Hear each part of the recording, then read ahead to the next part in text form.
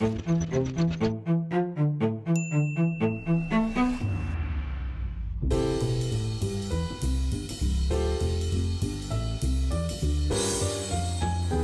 happening in Scotland?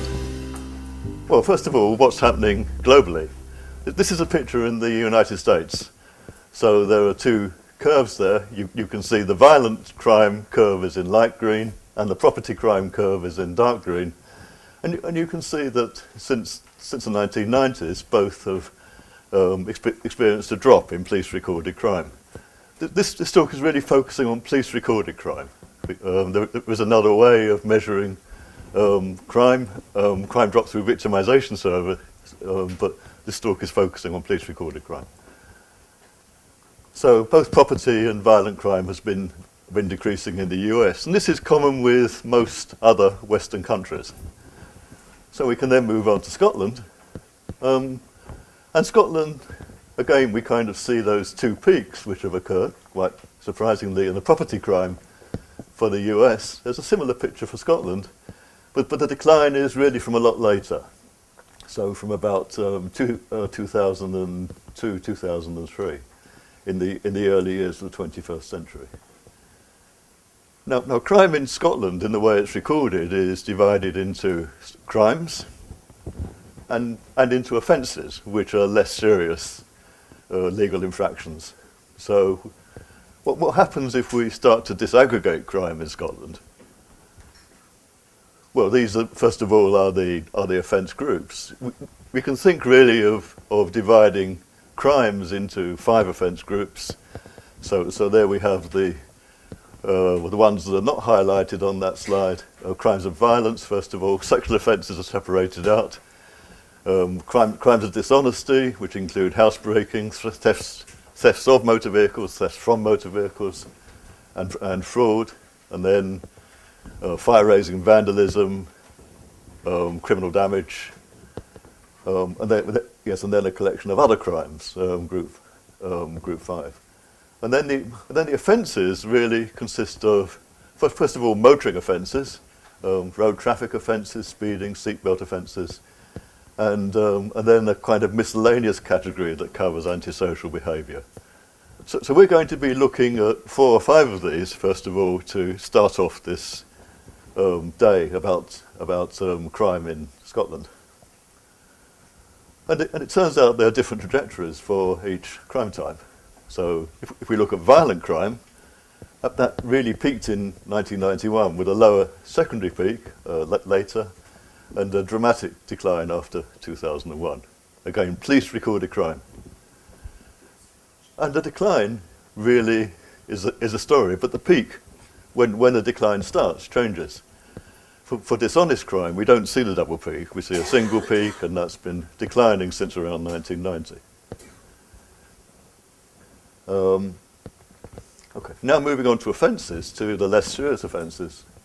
Motoring, there's been a strong rise since the 1970s, and nearly over-doubling, nearly trebling up until 2002, 2003, 2005, and then a decline with a very small recent increase. These figures don't include the latest figures of 2013. Miscellaneous offences have only recently started declining, so public order offences, antisocial behaviour, and so on. So we have a different pattern. Is that true of all crime types? Well, no. Sexual crimes are the exception. So sexual crimes have really continued a kind of remorseless rise with the occasional dip, and they're still increasing. So the level of sexual crimes have risen recently by 11.8. This BBC news report of in June 2014 tells the story, mainly coming from an increase in rape cases. Now, these are police-recorded crimes. Of course, you need someone to report a recorded crime.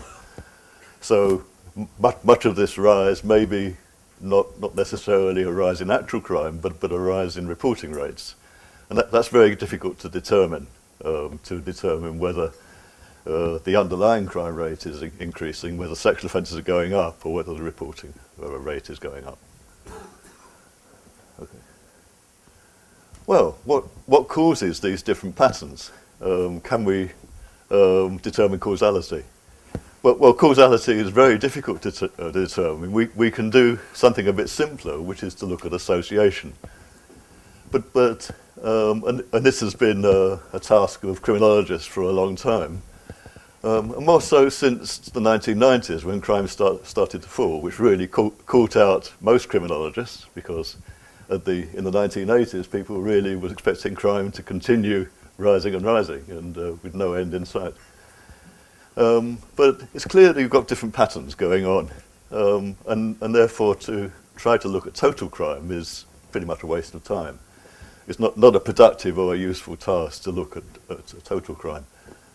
So what we've done in this piece of work is look at 4 specific crime types, and to look at association with potential explanatory variables. But that really leads us into another problem. What is associated with crime rates, with police recorded crime? And you look at the literature, and there's a huge number of potential explanatory factors that might be associated with crime. So we can look at economic factors. We have inflation. You can look at employment rates, lack of housing. Behavioural, crack cocaine use causes crime. Alcohol use, civic engagement, the degree to which people engage in society. Computer games, of course, is a favourite one to do with violent crime. Criminal justice and state control, custodial rates, number of police, clear-up rates, conviction rates, etc. Lots of things we can put in there. Government policy, of course. Governments like to think they can influence behaviour. You pass legislation, it should have an immediate effect of reducing crime. But, so legislation is deterrent.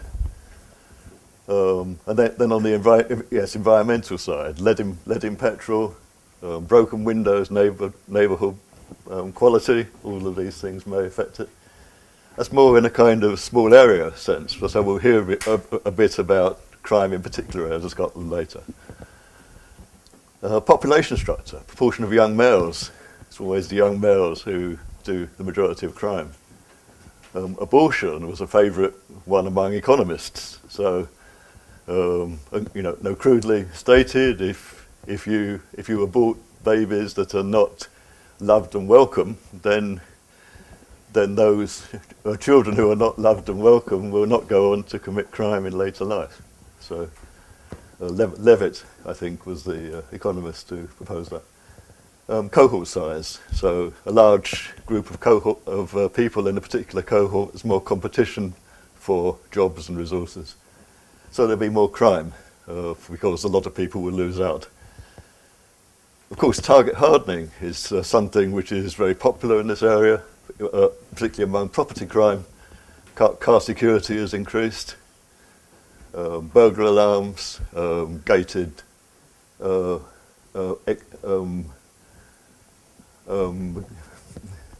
gated access to properties and so on. And recently, there's the idea of displacement. Actually, we're probably not measuring crime at all. All the crime is now moving online where it's not measured. So you can defraud a bank. The bank's not going to report it to the police, although there is something called action fraud, where you can report it. But it's not going to go into official police recorded crime statistics. So maybe crime isn't declining at all. So all of these factors have been put forward, and there are a lot more, which I haven't put down. But there are some questions really in this type of work.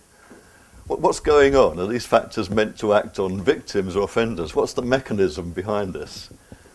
For example, does alcohol consumption, what's the mechanism behind alcohol consumption? Is it because people lose self-control as they drink and therefore they commit crime? That's an offender view? Or is it because the vulnerability of victims is increased? It's a victim variable. Well, victims report crime, but what's the mechanism? It's unclear. People don't really engage in that type of question.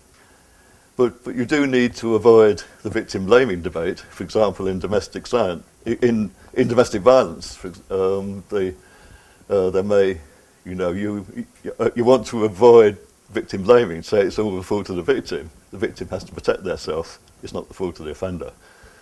So you need to be careful in this area when reporting. Moves on to the second point. Victims, not offenders, report crime to the police. So is it reasonable to model what are really victimization rates through offender mechanisms? Because many of the variables are in fact offender variables. Factors affecting victim reporting rates are rarely considered. So we'll talk a bit about that. Yeah, the other thing really is the hypothesized direction of effect. So people say more police are needed to reduce crime.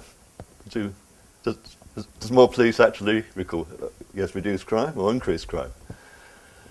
Well, maybe increasing the number of police acts as a deterrent to people committing crime, but the police themselves generate crime because they notice more of it. So the police recorded crime figures will go up.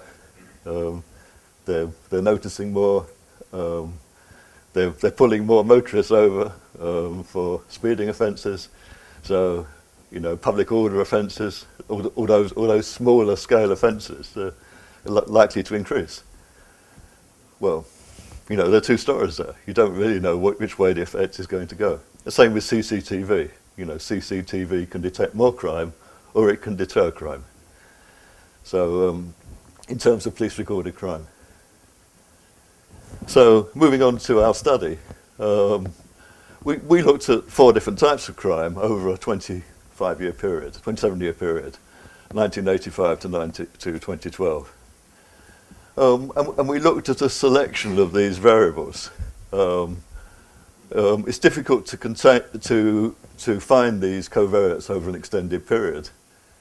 And we chose a selection of them. We can't look at too many of them because we've only got 27 data points. So we looked at a few.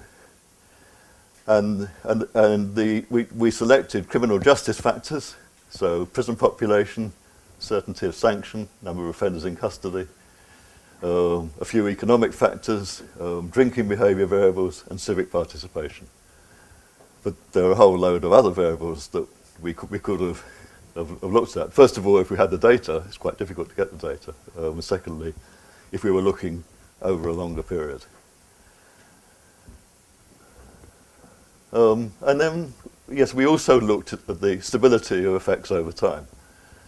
And I think it's reasonable to expect that variables stay reasonably stable over time. If they don't, you need to have a good reason why the mechanism underlying crime rates has changed. So yes, we split up the data set into 2 periods, before 1999 and 1999 and after. And the results on these 4 crime types, well, we can see that the conviction rate, the probability of sanction, shows as a conviction rate or probability of sanction increased, then crime declines. The number of offenders in custody, that shows a significant effect on 3 of the variables. Other things like alcohol consumption show an increase in crime for some variables, particularly violence, but a decrease in crimes of honesty. So on that small selection of variables that we took, those are the results that we found. But when we split the data up, we see that time dependency actually affects the effect of some of these variables quite worryingly. So sequestrations, the number of bankruptcies, has a different effect before, up to 1999 and 99 and after. The same with voting, the civic engagement variable, and alcohol consumption. So there's rather a lot of volatility. So that raises questions about this kind of activity that a lot of criminologists are doing. So I'm coming to the end of the talk. Really, 3 conclusion slides I want to put up. You know, there have been important changes. Crime on the whole is declining. Police recorded crime. And when it's broken down by crime and offence group, we see different patterns, different peaks, and different start years for the start of the decline. Sexual offences being the exception. On the explanatory factors, really picking out three variables, 3 explanatory factors. Alcohol, really a strong association, but there's some suggestion that that's not stable over time. Probability of sanction or conviction rates. You know, once someone is taken to court, what's the probability of them getting a sanction? Strong association with reducing crime. So, which kind of suggests that improved successful prosecution rates and falling crime levels may have some connection. And custodial sentence, negative association between custodial sentences and crime rates. So this really suggests that it's the sanction variable that might be important in reducing crime rather than putting more people into prison.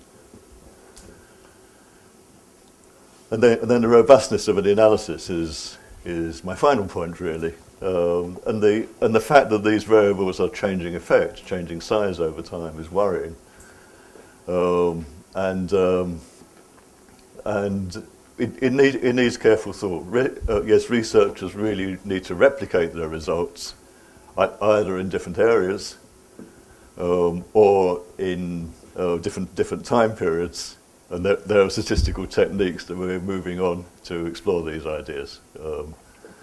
And also look for alternative explanations. What is the mechanism behind these variables? Can there be an intermediate variable which might explain the results? So I'll stop there. Thank you.